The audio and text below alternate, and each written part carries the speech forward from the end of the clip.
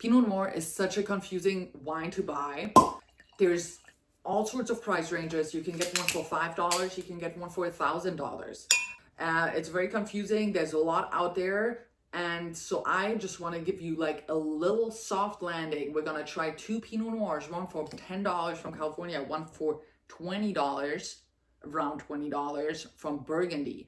And Pinot Noir is a very sensitive grape. It's very delicate.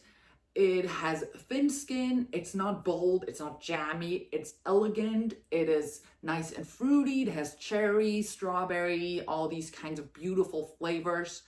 And it's smooth. If it's good, when it's good, it's very smooth and it just goes on. You're just like, oh my God, this is beautiful. It's like a symphony in your mouth. So it's actually my favorite grape. Of all the red wines, that's for sure. Before we get into this, I just want to tell you why the prices are different. Burgundy sites are really expensive. The vineyards are really small, they produce less, which leads to the winemaker paying more. So the winemaker has to charge more.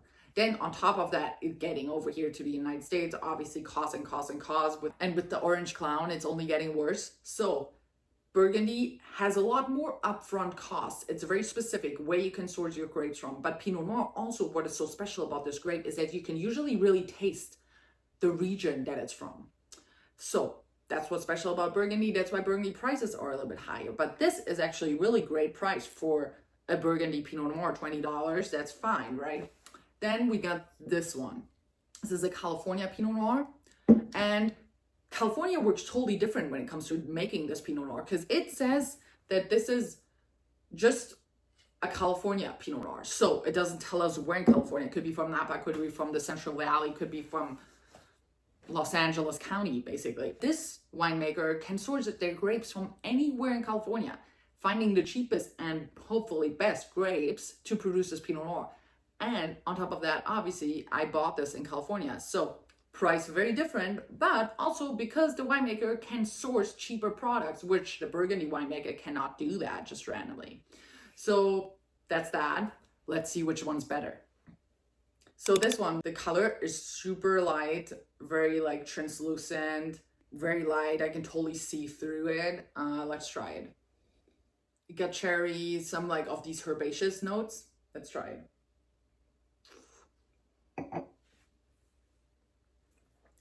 High acidity, got some fruit there, got like strawberry, cherry coming through, a little bit jammy. It's nice. It's like a nice, like kind of like just casual drinking. Nothing wrong with it, but it also doesn't have like a lot of depth to it. Like that's not a wine that you're gonna be like, oh my God, blew my mind. It's more of a like, this tastes good. Let's have another glass. So I can't argue with that. Number two, the Burgundy one. So I'm really excited about this because I love Louis Jadot. It's one of the first Burgundy wines I have tasted after I started working in wine because I actually got into wine doing a Burgundy wine harvest.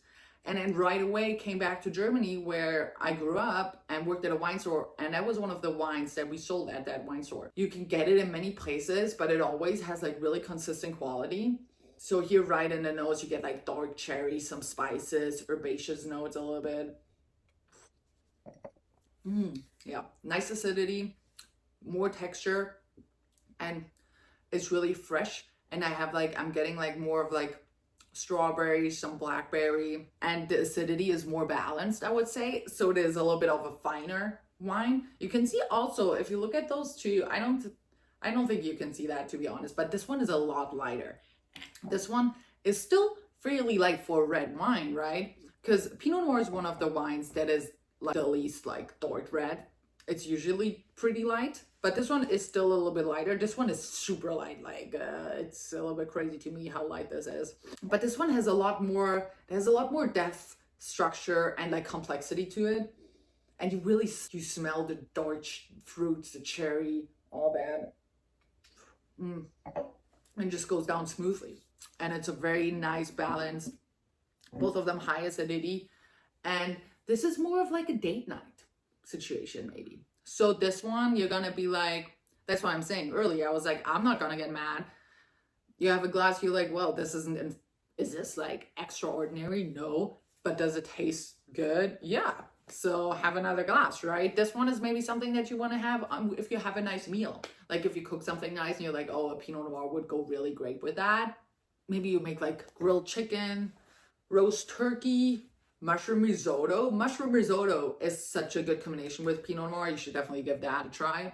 But this is like more wine you can like be a little bit more fancy with, you know? Yeah, I just love tasting wines that I can afford, my friends can afford, you guys maybe can afford, because tasting expensive wine is a lot of fun, but also not a lot of fun when you can't buy the bottle afterwards. So I'm just gonna stick to those. Thank you for watching this. If you're interested in wine in general, in learning about wine in a really fun and laid back way, subscribe to this channel. I got a newsletter that you can subscribe to. And then I also have a magazine called Wine Unfiltered that we publish bi-weekly, where I put in food and wine pairings, wine recommendations, random stuff I think about during the month about the wine industry and where we're heading. And in general, just, yeah, I just want to share the joy of wine and spread some love. So follow along and I'll see you at the next one. Cheers.